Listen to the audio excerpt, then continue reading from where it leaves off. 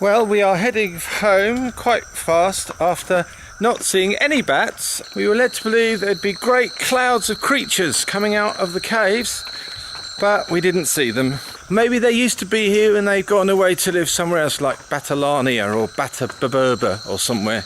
Lots of good jungle sounds around us. Some strange thing keeps going whoop, whoop, whoop, whoop, like that, but much better. Tried to spot it, couldn't. We're hooting for home. It's getting dark.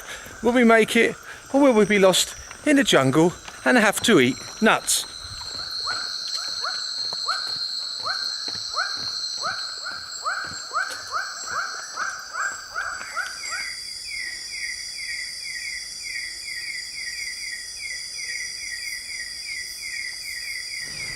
Heading home now. Oh, they're getting ready to close. Look, everything closes here at 10 o'clock.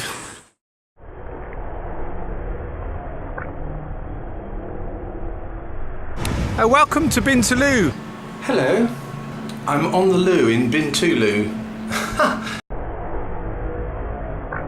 I'm having a fairly violent reaction to a meal I suspect I had last night, which had lots of things in it, including a naughty little bug to make my tummy upset. People at the park seemed not terribly knowledgeable or helpful, and I am finding that Malaysia's tourism, certainly through the bits I've been to recently, Sabah and Sarawak, is very sort of approximate. They've got all these glossy magazines and leaflets and web pages, but not much information about specifics like prices and times and things.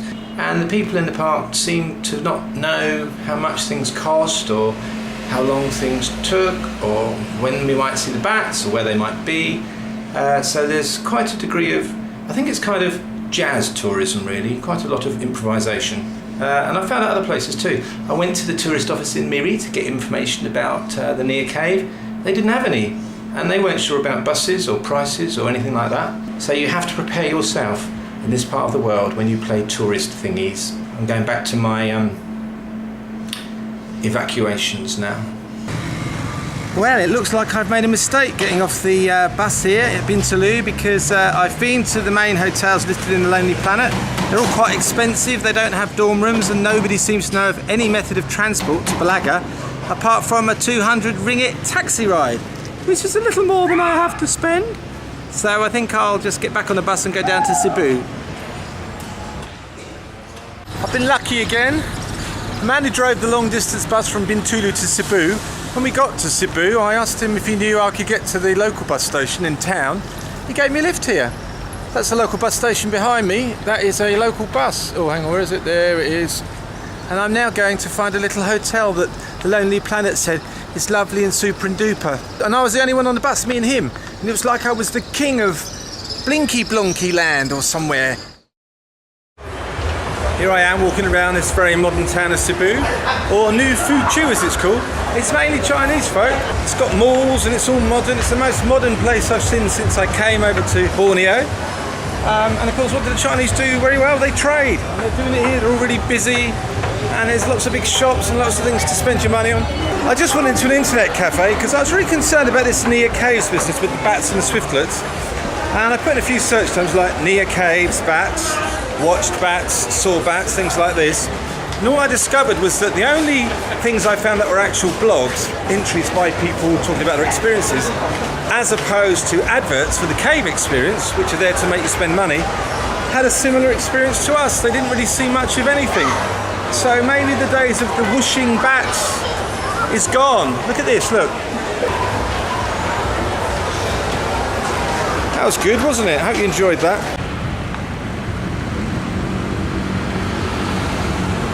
Hello, Wang Cafe.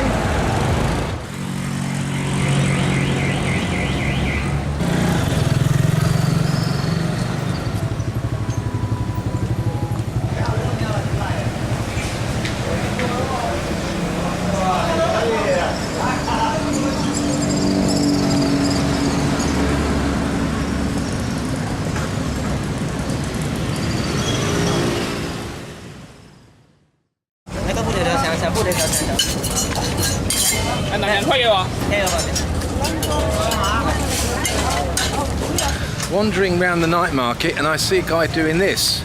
Look at the speed of the man, look how many he's doing. I stand and watched for a while. Did he give me one? Of course he did. Is it delicious?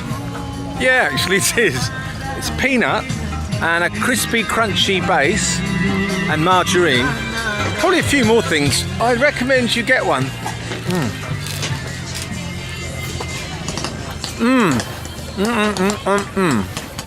I fell down a hole in the pavement in the dark.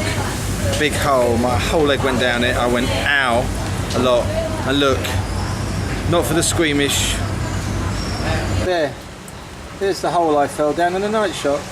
It's just a hole in the pavement. Pavement? Blimmin' hole. More pavement. Hole, leg, oops.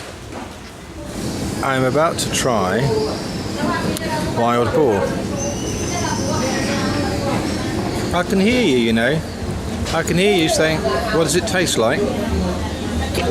So I'll tell you. Very tender, slightly sinewy, venison-y probably. Very wild boarish. But I don't want to be a boar.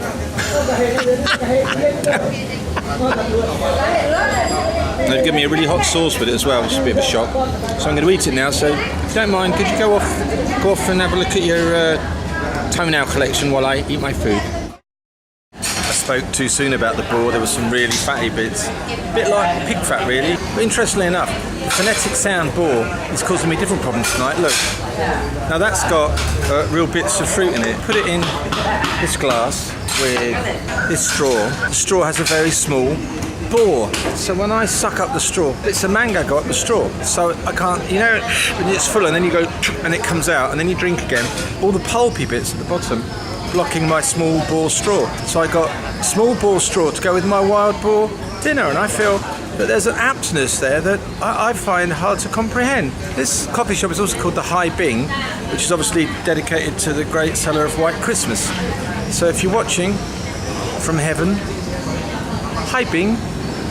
Allow me to present to you the Hoover Lodging House Hotel where I am staying, and I'm finding it very fine and friendly, but a little unusual. I think you learn a lot about a culture when you see what their hotels say, don't you really? Look, obviously spitting's a big problem here. Bizarre. I presume this means don't write on the walls. There's a sign on the wall telling you not to do it. And here's the view out of the window at night. And here's the view from the hotel in Sibu in the morning. These are the people at the hotel I've stayed at. It's been very nice here. They've been very kind and very helpful. Thank you very much. Terima kasih.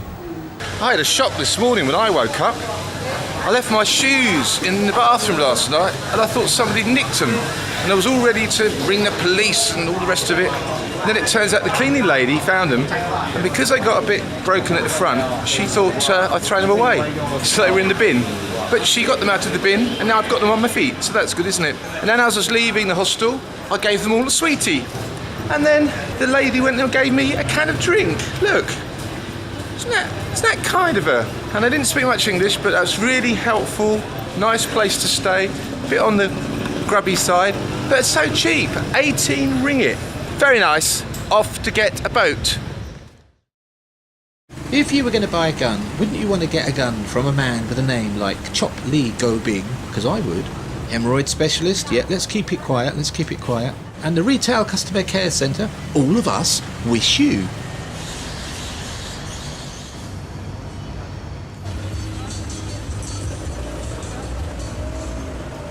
That one's hungry, look out.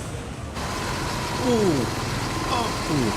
Well, this is the place you buy tickets to Balaga. You see, look, tickers on sale here. Yeah, I'll buy a ticker instead.